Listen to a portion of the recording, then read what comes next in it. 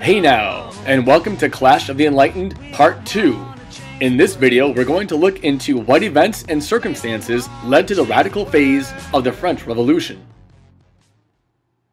In Paris, only around 7 miles from Versailles, news of troops arriving led to riots.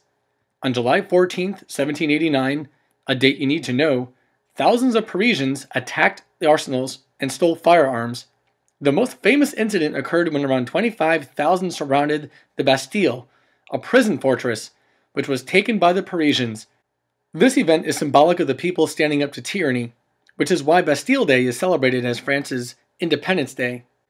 To save his own skin, the king reluctantly endorsed this action, but secretly began to negotiate with neighboring countries to stop this revolution. After Bastille Day, a great fear spread throughout the land. Peasants revolted en masse through violent attacks on nobles and government officials. The people burned down monasteries and manors. They did this to burn the deeds to the lands and destroy the feudal records, to essentially start the system over. As a result, violence erupted, and many in the upper class were harmed or even killed. Many others, named émigrés, fled the country. The French National Guard was organized. This was a people's army led by General Lafayette, who had assisted the Americans in their revolution. And it was at this time that they adopted the tricolor, which would eventually become the colors of the French national flag. By August, members of the National Assembly adopted the Declaration of the Rights of Man and of the Citizen, for short called the Declaration of Man. In this document, they proclaimed liberty, equality, and fraternity. Now, fraternity means brotherhood, which is significant. They claim that men are born and remain free and equal in rights. However, not women. Nonetheless, this document, inspired by the Declaration of Independence, guaranteed freedoms such as speech, press, and religion. Regardless of the lack of consideration for equality, many women did play key roles or make great impacts during the Revolution. One example was Olympe de Gouges, a playwright who wrote the Declaration of Women, stating that women should receive the same rights as men. Unfortunately for her, she would eventually be executed for her activism. Another one, Queen Marie Antoinette, wife to Louis XVI, never endeared herself to the French people. She was born in Austria and possibly made one of the most famous lines in the entire revolution. Now, a major cause for the revolution was due to high food prices caused by famines. Upon hearing that, the people didn't have enough bread to eat. Marie Antoinette supposedly said, "Let them eat cake." Now, many people misinterpret this quote. She wasn't suggesting that they eat birthday cake, but she was talking about the crusty caked leftovers that lined their brick-fired ovens. So, if you've ever burned toast, then you have an idea why this angered the people so much. Now, due to the famine, the lack of bread, and high food prices, in September of that year, more than 6,000 women and others marched to Versailles to confront the king. They were bolstered by around 20,000 of the National Guard under General Lafayette, who had assembled to keep order. Together, they forced Louis XVI to relocate to the Tuileries Palace in Paris and remain under the people's supervision. In 1791, the Assembly had managed to cause massive inflation by printing their own money, and to upset the church and the nobles by confiscating their non-religious lands to sell for profit.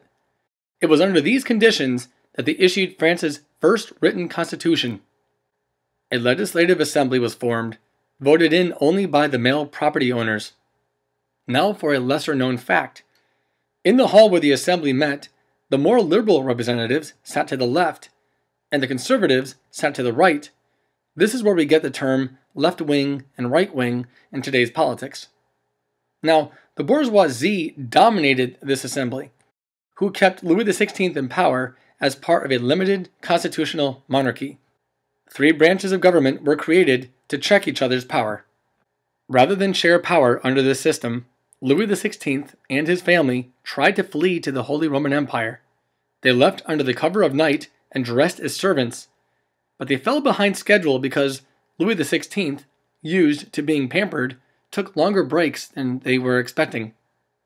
A French villager identified Louis XVI from a coin He and his family were arrested, and they were brought back to Paris.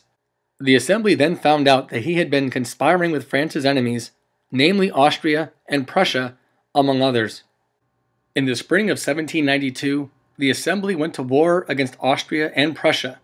Later, Britain fought against the French as well, encouraged by the émigrés who had fled during the Great Fear.